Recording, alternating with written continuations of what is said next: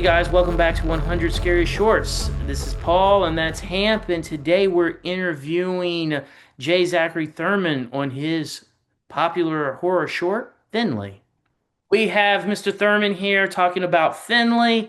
Like I was just saying, I think your movie is perfect as a perfect example of what somebody would make in grad school, but you were just saying that you made it before grad school. So take it away, sir. I did.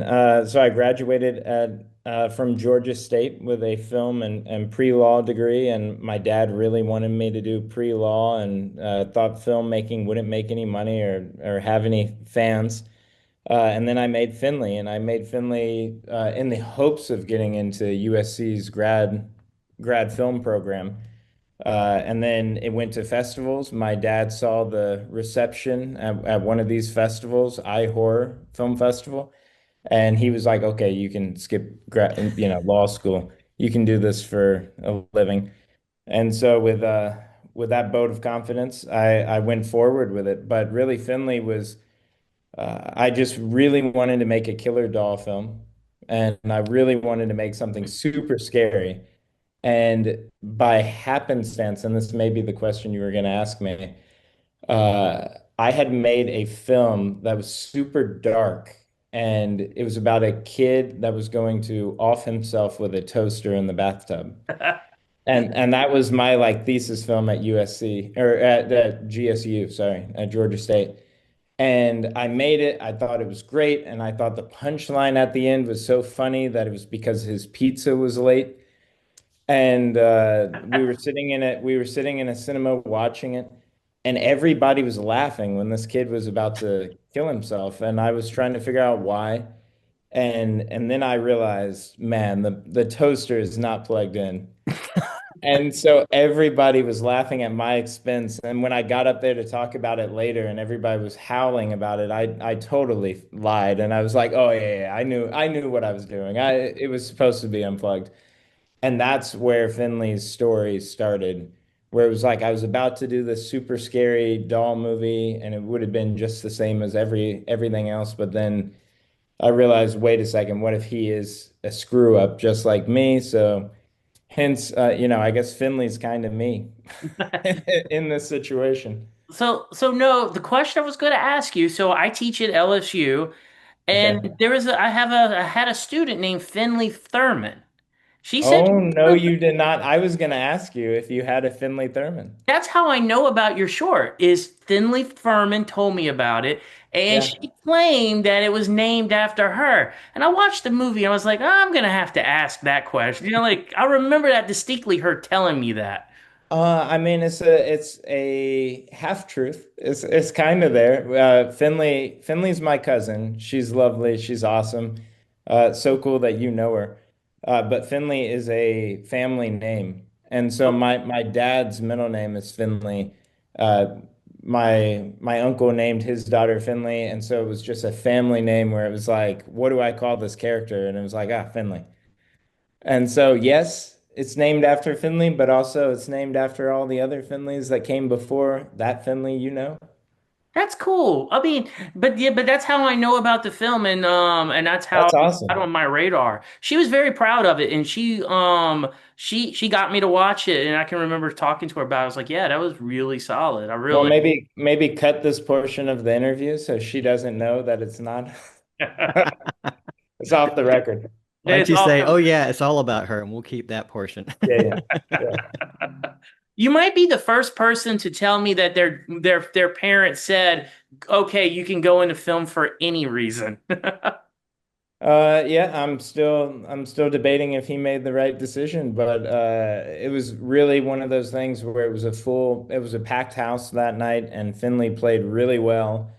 And I think my dad got to see I guess the power that film or characters have for an audience, and that's kind of why I make the stuff I make. And Finley was one of those things where it was never meant to be for it wasn't one of those things where I made it for myself. I made it very specifically and like drew out, the three act structure and made sure there were certain beats landing for an audience and for whoever was going to watch it. And I never intended for it to like blow up the way that it did. It was just an attempt to get into USC. And it seems to still have a tail. It seems to still, because I made a note a few months ago that it was at 12 million, and now it's at 14 million. Is that correct, or did I read it wrong the first time? No, Or no, that's correct. It's that's amazing. doing. What's making the, do you know what is lifting it at the, it's just like it's still alive. That's amazing. Oh, I think TikTok has done a lot of that for me. I Super. think so many people have put up TikTok clips where, I didn't put them up, but there's one that has, I think, 70 million views. And it's the moment Oh, where Finley puts the bag over you're uh, Mark's head. I think that's Mark. right. No, Keith. Keith is like my Keith. best buddy, so just we'll call him Keith for the sake of argument. Oh, that's interesting. That's really interesting. How do you, I don't want to go off on a tangent here, but it's interesting. Paul's more invested in social media than I am, and it's interesting the impact it has on your film and your career. Mhm. And could you maybe elaborate a little bit more? Were you involved in any of that with it being on TikTok, or did it just have spring a life of its own? Or I'm terrible at social media. If you go hmm look at my Instagram, I don't do it well. It's like I post once every like 6 months. I should be better at it, but it was a matter of a bunch of really cool people doing reviews on Finley. hmm And even some celebrities like Lil Nas did a video That's because great. he watched Finley and loved it and made like this little TikTok video of telling people to go watch it. And then all of a sudden I had like 3 more million views. And so it's just been like that, where it will be someone that has a little bit of pull posting something about Finley and then it takes off again. And no, I think it's a pretty simple story that people can identify with. So the underdog story, I think that's why it continues to endure. Well, it's I'm interesting. laughing at underdog story about a Right, right. mysterious Yeah, I kind dog. of smiled at Yeah. that too. Oh no, no. A teacher at Georgia State gave me a book, and it was a book of I think it's called 20 Stories That Everybody Should Know. Yeah. And hmm it breaks down each story. And when I saw the underdog story, I was like, okay, that's exactly what plot I'm gonna follow for Finley. So, Finley versus Rocky could easily happen in the future. You Well, uh you chose the horror because I looked at some of your other films which are also horror, at least the ones that I saw. Uh Mhm. that's a favorite of yours? Is that, your niche? Because I know you've now made your project at USC, which is not a horror film, it's a biopic, I guess. Um Yeah. w- what's the love affair with horror that you have? That goes way back. I loved Goosebumps growing hmm up, and my grandmother would babysit me and like let me watch terrible things she shouldn't have been, like Child's Play and Halloween. And my parents kind of jumped on the bandwagon when I was younger, and I had a toy Slappy, like a replica of Slappy from Goosebumps, and we would have like sleepovers, and my parents would throw the breaker of the house to kill the power. And then they'd move the doll around and they'd be like, "Did y'all take this knife?" And, and then we'd walk in the bedroom and there's Slappy holding this knife. So I think I always had this fear and fascination with not only dolls because my parents screwed me up, but uh, just Halloween and scary stuff in general really excited me and sparks my creativity. And so I think that's kind of what it is. And then I randomly started really liking Charlie Chaplin. I started reading Charlie Chaplin's like work that he wrote about comedy and drama. And he makes a comment at one point about it could also work with horror, but he doesn't want to get into horror. And Interesting. I really do believe that same kind of balance he believed in, that you have to have both, works with horror. So I just love comedy and horror. And yeah, full credit goes to Charlie on that one. Yeah, and Finley doesn't speak, which is yeah, which he's helps a that. silent character, right? I And it's funny when I teach horror and comedy in class, I teach them together because the gags are very similar. You Yeah. just pulling on one or the other. Well, the buildup of a joke is the same as the buildup of a scare. And if you can relieve that with comedy, or if you can, or if you can lean into it with horror, I mean, it works, I think. I'm a big fan of Rebecca McHenry in their Colors of the Dark podcast. I imagine you had her want for a class, huh? Oh, I do know Rebecca. Rebecca's amazing, and she took a liking to Finley from the beginning and kind of mentored me a lot in horror. Yeah. And so I think she's maybe a little disappointed. I went biopic, history, romance, drama on Demon Core, but I'll come back to the horror thing. Rebecca really had a huge hand in Finley becoming a feature and starting that whole process for my career, which has been if you look at the YouTube comments, it's like, where's Finley 2? Where's the feature? And it's been a 3-year struggle to try to turn it into something bigger. But well, I think we're really close to it, so we'll see. That's awesome. And I want to get there. One of the things I want to Yeah. talk about, I noticed when looking at your movie, what did how'd you settle into kind of doing, I know you said three act structure, but like the movie it's almost like two movies, which is one of the things I really like about the movie. It's like this really zany little doll movie, and then the ending comes and you really ratchet it up. Like, what was the inspiration to that? Because one thing, it really, giving him a bigger villain definitely works for the movie. But I was curious, like, what made you go in that direction? I read a lot of Joseph Campbell and the hero's journey, uh, and the 3-act structure. I just really wanted to do something that was first act was horror, or at least, the cheesy lead up to horror. Subvert that and let it be comedy for Act Two, which is that zany version of the film that you're describing. And then Act Three comes back to horror, but you still have this love for this character that is comedic, that continues this through line of comedy, where then people are cheering for the Michael Myers character.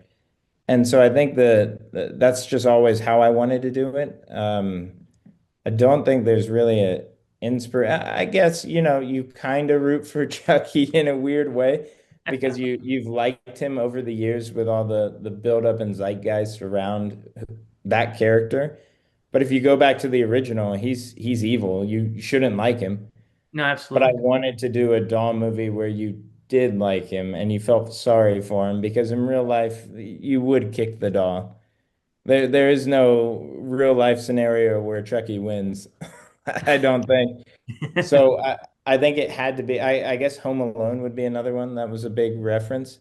Yeah. So Child's Play meets Home Alone was kind of the idea.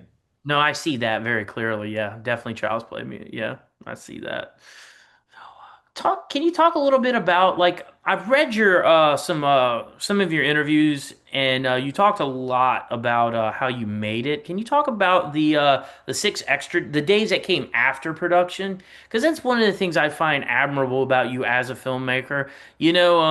That's the real test of a filmmaker, right, Hamp? You did the days with the talent, but then you went back to do the effects. Like, to me, Yeah, it's putting the time in.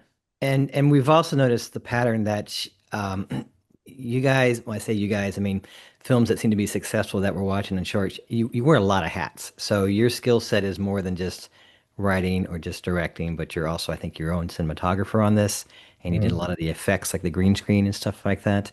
Are Mhm. you I don't want to deviate from Paul's question, but that's a lot of technology you have to absorb and Yeah. understand. Is that something you gravitate to automatically, or? I think I gravitate toward how do I get the vision in my head done. Not so much that I want to learn every aspect of VFX. At this point, once you see Demon Core, you'll see how much I had to actually learn to Yeah. up it to do it in a professional manner. But originally, it was just, okay, well, we've got this shot that this has to happen. So how can I learn the VFX to do this? Or how can I puppeteer different parts of his body and put them all together in After Effects to make this work and maintain the right lighting? So yeah, I guess you have to wear all these hats when you don't have a lot of money. Uh, Hmm. if you had a crew and you had a budget, then you don't have to worry about it. You just tell them what to do and tweak it. But Finley was really 6 months of getting that together after we did the principal shooting with the actors and constantly trying to match that. I don't know. I really look back, I don't know how I did it. It was like no sleep, a lot of coffee, and just good friends that were willing to come and help out. And so I wouldn't have to do everything alone because I was setting up the camera. Like all the shots are static because I'm also puppeteering. I follow. So these were all insert Yeah. shots or reaction shots of Finley, and Mhm. you did them against a green screen, or what? Did you still not have the location anymore, or what was? So luckily I lived in the location. Oh, that Uh, makes it easy. Yeah. yeah. So I lived in the location. So then I had that, and it would be constantly redressing the set. There were green screen moments, and then at the same time, there were non-green screen moments, just depending on what the background was. If it was going to be really hard to paint out Finley's hair, like this background, I would have not needed a green screen, but something with Hmm. like a couch, a floral couch, or like the cat in the background, it had to be done like that. And then I think the cat took 2 weeks to to get my cat to do the right reactions. That was your So cat? I guess you can put me, yeah, you can put me down as animal trainer as well. Or I have one because I just rewatched it before we met tonight, and there's one shot of the cat that to me looks like it might not be the actual cat. Is there one shot in there that, or are they all the cat? Were you looking Um, down the cat? I think from the stairs. Maybe Finley's looking down at the cat, and the cat's looking up at someone, and it oh, looks and he meows. maybe there's one shot that I said, all of it. I know how difficult it is to Yeah. train a cat. You really can't train a cat. So I I'll think be like, there's only one shot that I know of that's not the cat, and okay. it's at the very end when Finley's petting the cat, Oh, I see. and Right. he turns to look. I randomly found a statue of a cat at a Cracker Barrel that looked just like this cat, and I was like, I'm gonna use that because there ain't no way this cat is sitting still next to Finley. But yeah. That's great. And you Good. said this was the movie that got you into USA? In part, it was part of my bid for USC, part of my begging, and then I had to get 3 letters of recommendations from people that had seen Finley to say, "Oh, he can do this, he can continue," and I had to make a 5 minute short, which was Light Daddy. I don't know if y'all saw that on my Yeah. YouTube. It's That's great. the short that they were like, "Oh, okay, you can come." And that one's dark. I'm Oh, just that one's way darker, but it's got the same humor. That was just me seeing a Hallmark commercial and being like, "Oh, this could be really dark." well, it's interesting that that they accepted that. You know, you sometimes think that a school wants something that might be a little more uh, a larger, broader audience, and that has a very you know, Niche audience. but they clearly, yeah, Yeah, but clearly they saw the talent you had I through that. got lucky. I got Gail Katz, who Hmm. producer of Perfect Storm, right? Bicentennial Man, Line in the Line of Fire. She's brilliant, and she was the person that fought for me to get in when everybody else was like, "Nope." Because he's a horror guy, and she was like, no, no, he can do more than that. And she met with me, and we had a great, like, I'd say it was like an hour long interview process where Mm, she asked what I was interested in, what type of stories, and Gail became my mentor at USC and pushed me constantly to go outside of that genre space, to blend different genres. hmm. And honestly, she paved the way for the Demon Core, which when you see it, you guys, not a lot of people recognize I did it. At Film Quest, there was actually a guy there that went to meet me because he was a big fan of Finley. And he had no idea when the Demon Core played that that was mine. He You're, was expecting it to be a horror film. oh, right. And yeah, so it's very different, but it all kind of, I think Gail was a huge factor in teaching me to broaden my scope, I guess. Go outside of just your horror Hmm. joy. Good, Good for good. you. I think I would have resisted at this point. I think I am committed to be horror guy forever now. That's Oh, I'm committed now. Now I'm like I'm hardcore. I did my thing. I got the romance out of me. I got the biopic and period piece out of me, which I'll never do again unless it's a horror period piece. But horror is going to be 100% my focus here It's on in, out. it's interesting. I was looking at your films you made, and usually I encourage students to make a small film and then get bigger. And you seem to have done the opposite by making a feature first, and then you made Finley, and now you're making. I think all your films have, you get better every single time. I really enjoy it. But Thank you. That means a lot. what inspired you to jump and make that big leap to do a feature film at that time? furry nights, right? We talking about furry nights? Yes, very nice. Um, I was working at Starbucks and I forget what happened. It was like a little joke about like what if a hunter killed a furry? Ah, And I remember we were closing up and then I just like lost my mind and I was writing on napkins and stuff like ideas for it and I just really wanted to do it and I thought it'd be really fun. And I had met random people through Starbucks and through Georgia State that I just thought, okay, I can talk these guys into going out into the woods and I'll pay them in pizza and alcohol and we'll make this funny furry movie and we'll all double as the furries and it won't cost a thing. It ended up costing, like 5 or 8 grand, but I just really wanted to do it. I don't, it was like the found footage movies that had come out. Blair Witch was one of sure. them. Right. And yeah, I don't know. Have y'all seen Furry Nights? Yeah. We watched it. Oh, oh, Hmm. okay. Well, maybe I should do this interview in the furry voice. Well, we want to. I shouldn't have gone off track here because this is about your, Finley, Oh and no, you have me, so you just ask away. I'll answer any questions. But Well, no, I mean, I think Paul's giving me the evil eye here. no, I did not. No, I definitely did. No, no, I think that was definitely a pertinent question because, like, it used to be that people didn't respect short films. We all want to do features, and like features are supposedly what progresses your career. But I think you're kind of proving my thesis here in that your short Finley did more for you than the feature did. hmm hmm I would argue against the idea that features are what make you a filmmaker because you I don't know, you can't make a feature unless you're really good at making shorts. You learn the cinematic voice and style and visuals through shorts. And yeah, I'm really lucky. Like I had no idea what I was doing when I did Furry Nights. But then I started doing shorts. Finley was the first one that like, oh, okay, I told a story.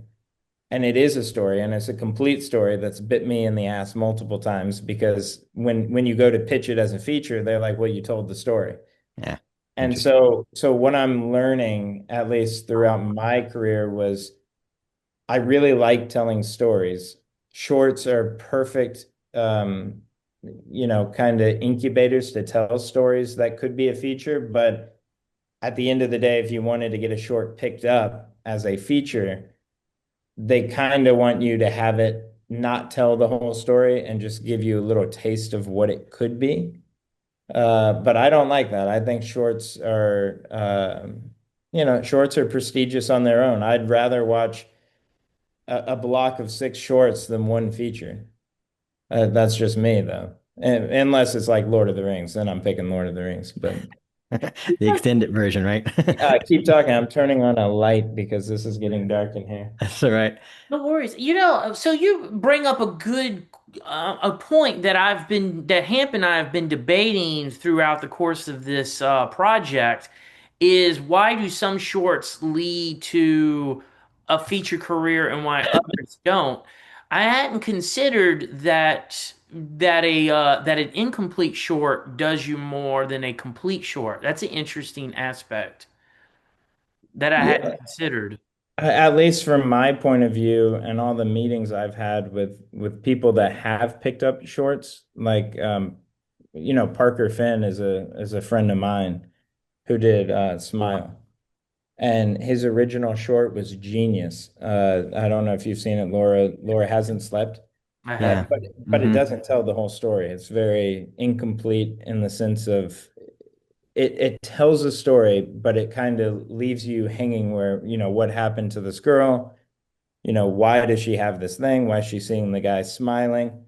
And that got picked up immediately during the same time that Finley was in the circuit. I only met Parker because Finley and his other short, The Hide Behind, went to festivals together. Yeah. We're gonna do Lore Hasn't Slept very soon. That's definitely one of the shorts we're gonna cover. Because Very that's a cool. very good short. Yeah. It's interesting though. I appreciate that perspective. But you said you kind of hinted there that you and Rebecca has found a way to make this into a feature, or she inspired Rebecca you a way to. Rebecca introduced me to Blumhouse, and that kind of fizzled out a little bit. She really pushed for them to watch it, and then I got lucky with Demon Core in the sense of I got management, I got representation, and then I met Jason Blum and just begged him to watch Finley. They did watch Finley. There's been multiple conversations, and then my manager put me on a path of meeting with all these different studios about Finley. There's tons of yeses, tons of nos, and we're just at a point now where it's, do you want it to be a studio film that, takes a while to take off, or do you want to try to do it on your own with a smaller production company? So no matter what, I'll do Finley as a feature, but it's just a matter of when and how much money I actually have to do it. Yeah. Are you familiar with Chris Stuckman and Shelby Oaks? Yeah. I think you could be successful. I mean, who am I from anybody, but like, I think you should I think you should look at that model and how Yeah. he got that movie funded. Because with the following that you have for this movie, I mean, if everyone gave $1, you would be where you needed to be, just to say. Hmm. I think you should explore that option. I mean, I mean, I'm sure you've probably thought about this already, but I think there's some a kickstart for you probably would do exactly what you wanted to do. Well, there's talk. I actually talked to Indiegogo.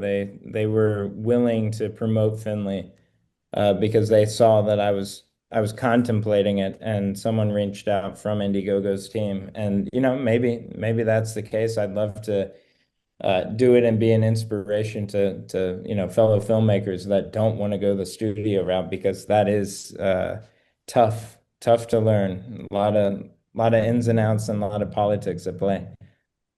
I mean, I know we've got other quick questions to ask, but Yeah. it seems to me if you that might be the way in which you could have full control and then get your studio deal after. But who knows? The business is constantly changing. The business itself right now is in a state that's barely recognizable from where it was just a few years ago. Oh, 100%. Yeah. Pretty crazy. Can I take it back to the Please. film and just had a couple of questions about, I'd Yep. love to know more about your actors, how you cast it.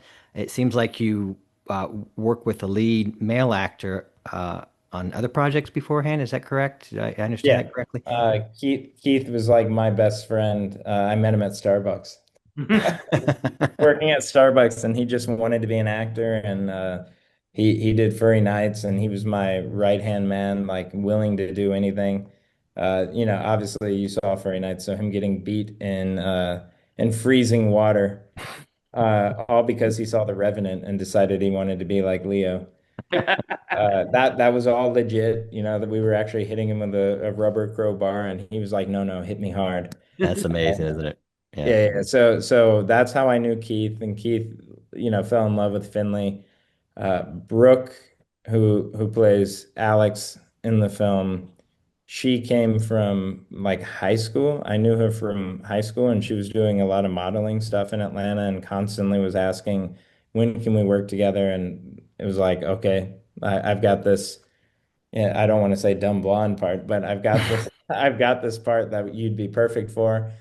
And then Alexa was like just a really great actress that I was taking acting lessons to try to learn how to direct.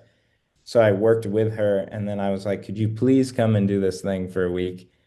And then the burglars are just those are two really, really good actors that I've known for a while in Atlanta. And Chase, who's the main burglar, has taken off and he's in a bunch of Netflix stuff now. Well, that's great. Yeah, yeah. Well, I've been begging him to come back for the To do feature the or a sequel. sequel. Yeah, Do Good. they get noticed for being in Finley? Have they ever mentioned any stories like that? yeah. Keith does. Keith does a lot just because of all the TikTok videos. Yeah. And people have reached out to him on Instagram and stuff like that. Shockingly, people get noticed from furry nights more, which is very That's strange. interesting. Yeah, yeah. To Maybe be it's a certain for real. target audience that is I think it is. I think the furries are just everywhere, you know? Well, no, Tubi is a legit market. I mean, that's a whole podcast. It's a whole thing by itself. But Tubi is a thing. Is a real. It that might be the biggest upstart there is at the moment. But I'm not gonna throw that carrot out there. I'm gonna nerd out a little bit and Yeah. get into the technical weeds here. Okay. What did you shoot the project on? Your low light scenes it looked really well, and I know you shot a lot in the dark, when the light power goes off, and that's tricky to Oh, pull off. And I thought you did a great job with it. thank you, thank you. I learned all my cinematography from BTS videos of my favorite movies. So I just knew that, nighttime, and it looks a lot better than it does on YouTube, I promise. It's just Oh YouTube no.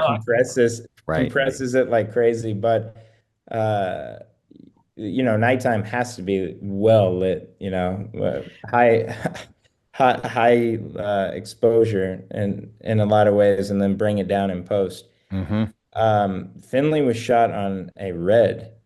And I quickly learned how, Furry Nights was a Sony A7S, so it was like, oh, I can bump up this ISO. But 3200, right? Yeah. yeah, but you had to keep it under 800 for the red because it's cinema camera. So I pumped as much light into that house as I possibly could. If you look at like BTS videos of us doing it, it's always bright. And I've just carried that with me, and I can't remember who recommended it, but someone was like, forget the native ISO, go as low as you can on a cinema camera and light for that because then your shadows are saved. And from that day forward, I've kept that in my back pocket, and no one else agrees with it. And every time I'm on set, people are bumping it up to 800 ISO, and it's like, no way. Because you can tell immediately there's so much grain in the shadows. But Finley was shot on a Red Raven with a Dragon 4.5K sensor. And Gotcha. I still have that camera, and I love it. Super. It, Yeah. Great. is that the work you do? Do you is that cinematography? Is that what you're doing to make Uh, money? it pays the bills as cinematography. I'll send you some of the work, but I do a lot of commercials and I've done a lot of horror films for other people. So I've gotten to a point where I can't wait to come back to horror so I can, you know, show off cinematography skills with directing skills because I didn't have them when we did Finley.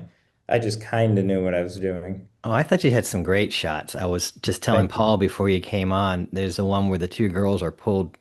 You go to slow motion, you pull them down the hallway. Did you find the BTS of that? No, That's much. I didn't. Just watching it again, I really liked the shot, and Thank you. it stood out as it went into a different scene. You also did a little Jaws shot with the dolly Oh, zoom on Dolly.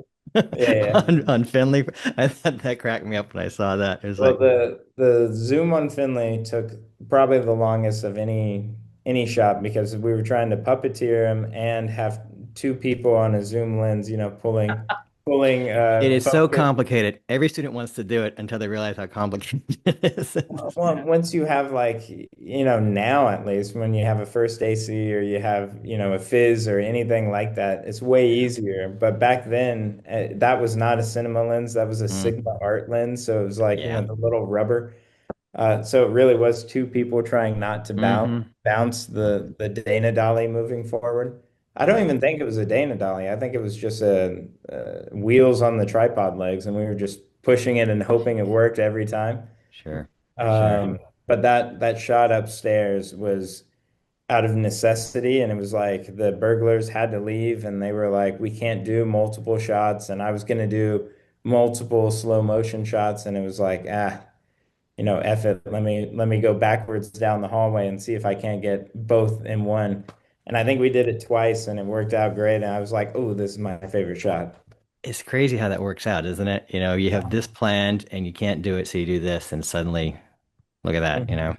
You had the Mhm. other shot with Henley Finley runs away when someone drops a flashlight. I think one of the burglars Oh, did, yes, and yes, yes, yes, the yes. shadow on the wall when the flashlight rolls along. That's a great Yeah. shot. Also, I really love that. So Thank you. that was That was fun. a lovely child actor that I forced into a Finley costume and made him run. And I still laugh to this day every time I see it. No one's brought it up. That Finley's like supernatural. When he runs out the door shuts behind him, Hmm. and it's like, oh, he's possessed. I don't know. It's movie magic. That's what Yeah, we well, when create. we did it, we were just like, he's got the house rigged. Hmm. Yeah, but Hmm. it's funny because you got that nice little stinger behind it, that little that makes it Mhm. funny. Yeah. Thank you. A lot of Yeah. fun, little fun things, and when you watch it, you can pick up on these little notes, which is really fun.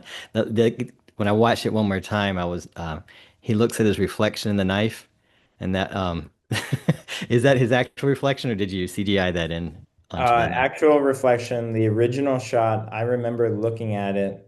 I think I was inspired by like one of the posters for The Shining for that shot. Right. Hmm. And the original one, when we were cutting it together, and this goes back to living at the house and how long it took me to finish the film. I would watch scenes that were done with Finley while actors were there, and it was like, this isn't as good as it could have been. And I would call people and be like, "Can you come over for like a couple hours, and I'll pay you just to lay on the ground with a brisket slab on your back?" Because then they doubled as the burglar that's all bloody in the I see. background. Yeah. And that was actually the reflection. Everything about that shot is legit that shot. Gotcha. And trying to figure out, okay, where can you put the camera so we're not ever in the reflection? No VFX for that shot. That was my buddy Zach Dinhart, draped in a brisket, dressed as a burglar in the background. And then Keith, I think, puppeteering the doll, me puppeteering the hand, and I had a monitor to make sure it would, Sure. I think his head was a different head was detached over the lens for the reflection. So it was like cheating, but Uh-huh. Uh-huh. Hollywood magic. Yeah, I was surprised. I think I saw you talk about how much post work you did, how much green screen work you did, because Mhm. I didn't really notice that. I saw that you had a child with the Yeah, yeah. for the puppet from time to time.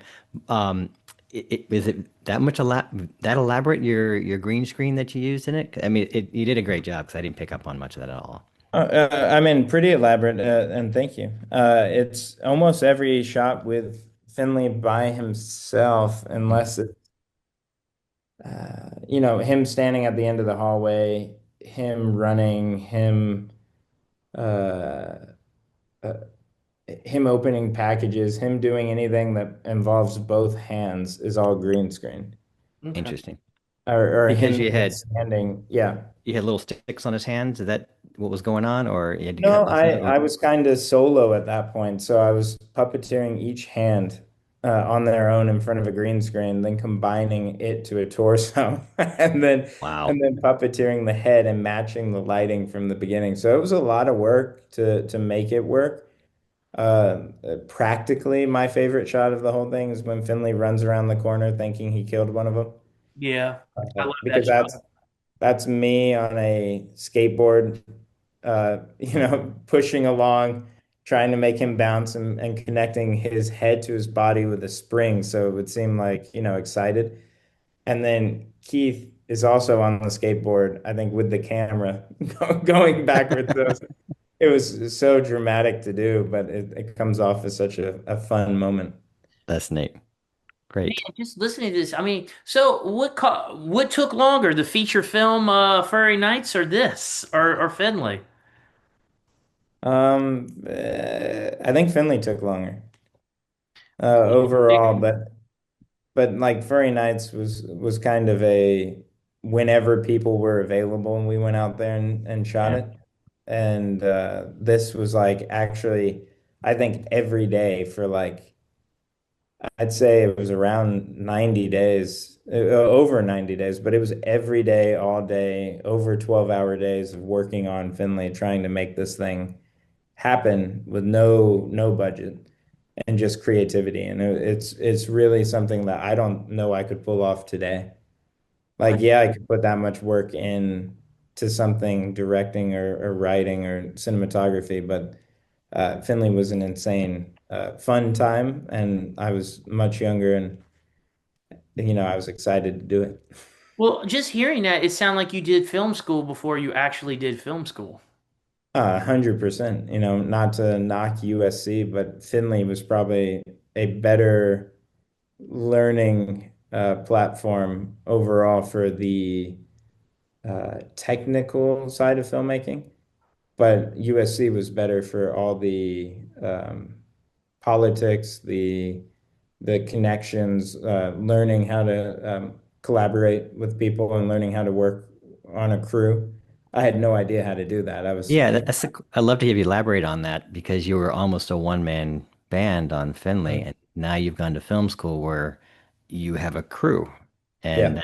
that there's a filmmaker that made a movie here that he's actually fairly successful, but he and his cinematographer made a movie called Man Push Cart. I don't know if you're familiar with that or not. And then they went on I'll and look made it up. a couple of other films afterwards, some pretty good films afterwards. And they made one here in New Orleans.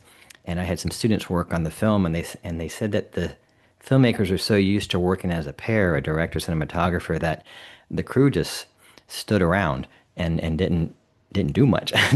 So that is something you have to learn how to do to delegate and trust others to do stuff that you may have done. Mhm. You can move faster, you can get other ideas, all that sort of thing. That's part of the growing process. It's great you had that at USC. Oh yeah, I mean, undoubtedly, I went into USC with that mentality of, oh, I can do it, and running around, moving C stands, setting up C stands by myself when I should have just let a grip do their Yes, job. right. And eventually, I learned how important it was to collaborate, how important it is to have people doing their specific things so you can focus on the more Exactly. important stuff. So like if I had that during Finley, which we will have it for the feature, the sequel, uh, I could have focused way more on the performances. Obviously, Hmm. those cats aren't all like real serious actors. Keith is a buddy. But I could have focused a lot more on that or the cinematography than doing everything and production design Right. and sound and I mean we would before I knew how to work a C stand it was gaff taping the boom pole to the tripod trying to record audio at the same time. Yeah. Yeah. And don't sell yourself short on the acting. I'll be honest with you. I think that's part of the charm of the movie too, the way the performances are. Me, at least for me, for personally. Oh, why, thank you. No, I'm happy with how it is. It's just definitely looking back, it's like, it could be better. Well, But I am happy with how it turned out. It works perfect for what it is. And there's nothing about Finley really I'd change. yeah. I mean, I know when you make a movie, you always see the warts. You always see the stick that holds it together. You don't see it like everyone else sees it. I understand. Hmm. Well, cool. I think you hit everything I had. Hamp, you have any other questions? No, it was great, and we really appreciate your time, Zachary. Yeah. Oh This, man, thank you. Thank you both so much. And if you think of any other questions, let me know, even if they're inappropriate furry nights questions. we'll wait for the tell-all book to come out. It's Alba. I will. One day, one day. I will say this. Whatever way you go for Finley the feature, you can know in your heart that I will be sitting there watching that movie wherever I'll be on opening night. Thank you so much. Yeah, I think right now I'm torn as to whether or not Finley 2 versus Finley because we have a great script for Finley 2. We have an amazing script for the feature version of Finley. And it's just I think it's just a time thing, you know? So I guess I'll ask this. So Yeah. guy at the end. Oh man. I've always said that's up to you. Like every time. But if I had to answer it based on Finley 2, one of them died in the end. Okay. And then the other two continued to live with the little fucker for 5 years. That's what's hilarious. Like, I mean, how did you come like the fact that they just live with this thing like it's a nuisance. I mean, I would have like burned the thing, but that's what makes the whole thing work. Is like it's like a rat problem, and they just like live with it. Oh, he is a vermin. And in the feature, they do try to burn him. They try several times to get rid of him, and that there's a lot of good moments for his character there. But but yeah, the sequel will be that they're still, they're still living with him, and they've got a baby, and A they're like baby. Oh they're wow. an actual family now, and Finley's still around and still a nuisance. That's great. I was asking Paul, does Finley actually eat and does he go to the bathroom? Because he this is the kind of stuff people talk about when they watch your movie. Oh man, I've never thought about that. I don't know if he eats. Because he take well he had hot chocolate at the end of the film. He They did, but he offer it. refused it. He He refused refuses it. it, but clearly he must have drunk. I'm sorry, I'm nerding out on this. Yeah, He must have drunk something at some point if they offer it to him. yeah. And then of I mean, course he that's true. I like thinking that Finley, drinks eggnog. sure. And But then he takes the blame for the cat poop, so he must go to the bathroom also, I guess. And so but you I'm Well, I know, think that's part of the humor for taking the blame of the cat poop, right? Like it would be right. little wood pellets, and but It that's what strangely makes the movie work is it that makes it charming, yeah, yeah, right. they live with this thing despite it trying to kill them. I mean, it's like you don't even explain it. It's just and it's hilarious because you don't explain that. They don't have the talk. All right, we're gonna live with Finley, Why don't we just get rid of Finley? None of that ever comes up. It's understood that we live in this place, we have a haunted doll. well, I love it, and I do want to come back to it. He weirdly enough, he sleeps on my nightstand every night, so I'm reminded of him every single night. I You're did very read brave. doll. I did read that in one of your interviews that you kept the doll. I did that. I did read. I have a couple of them. One stands in the corner, one sits on the nightstand. He's all around everywhere. Have you seen Poltergeist? I hope you I have. the one sitting in the Hey, corner. I Keep an would eye on. welcome, I'd welcome a an entity as long as it's an actor to go into the doll because then I could, free VFX. Okay, so now you are officially my kind of person. Yeah, all right. Welcome a demonic entity into this doll. I don't care if it tries to kill me. Just help me get this damn movie done faster. But I Yeah, need to see your exactly. resume first. Are you? Have you? What have you starred in hell? That's awesome. Well, Zachary, thank you so much for interviewing with us, and I'll keep you posted when I post this Please link do. on the site, and I'll Yeah. keep you posted as our book develops, and I will definitely keep posted on your career. I follow you on your socials, so I'm excited for you. Well, thank you both so much. It's truly an honor to be part of a book, with Finley. I could have never thought that would happen, so it means a lot. And yeah, if you need anything, if you need BTS photos or stills from the original film, I'm happy to send the bigger, I think there's like a 400 gigabyte version of the film if you want it. Oh, But like a true filmmaker. yeah, yeah. I can send you whatever you need, whatever I can do to help out. And yeah, it's so great to meet Great. you guys and be included in this. Thank you very Awesome. much. We really appreciate Nice to it. meet you. Have a good Yeah. night or good afternoon wherever you are. Oh, it's night, I think now. It, But all right, guys. Thank you so much. Thanks. I'll talk to I'll you later. tell Finley that you said hey. Absolutely. Well, Finley, the live one and the dog, the Finley Thurman, but also the dog. I'm not scared either way. Either way, not scared. All right, perfect. I'll see you guys. Thank you for Bye-bye. Yeah, everything. Thanks thank you. again. Bye. All right, bye. Well, all right. Well, that was a wonderful interview with J. Zachary Thurman. Very informative. I learned a lot. Hamp, I'm sure you learned quite a bit. Absolutely. It's very interesting. I think this is a great interview for anybody who's getting ready to do a thesis movie to watch. Well, anyway, this is 100 Scariest. Like, share, and comment below. And if you got a short you want us to check out, let us know. And until next time, this is 100 Scariest. Peace out.